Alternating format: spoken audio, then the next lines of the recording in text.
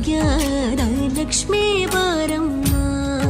ನಮ್ಮಮ್ಮ ನೀ ಸೌಭಾಗ್ಯದ ಲಕ್ಷ್ಮೀ ಬಾರಮ್ಮ. ನಮ್ಮಮ್ಮ ನೀ ಸೌಭಾಗ್ಯದ ಲಕ್ಷ್ಮೀ ಬಾರಮ್ಮ. ನಮ್ಮಮ್ಮ ನೀ ಸೌಭಾಗ್ಯದ ಲಕ್ಷ್ಮೀ ಬಾರಮ್ಮ.